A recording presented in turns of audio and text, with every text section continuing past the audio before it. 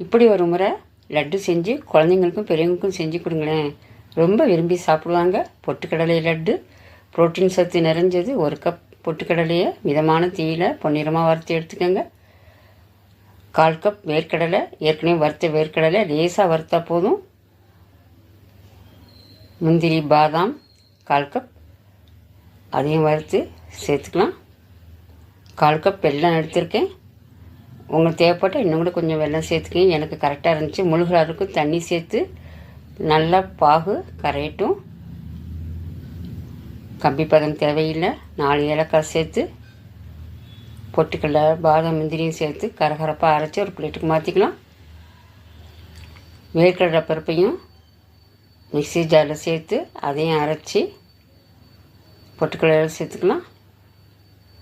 1 spoon நெய், 1 spoon பிஸ்தா சேர்த்துருக்கேன். உங்கள்கிட்ட பிஸ்தா இருந்தால் சேருங்க, இல்லாட்டி ஸ்கிப் பண்ணிடலாம். வெள்ளைப்பாகு சேர்த்துக்கலாம். கொஞ்சம் கொஞ்சமாக சேர்த்து கலந்து கொடுங்க. உருண்டை பிடிச்சி சாப்பிட்டு சந்தோஷப்படுங்க. தேங்க்ஸ் ஃபார் வாட்சிங்.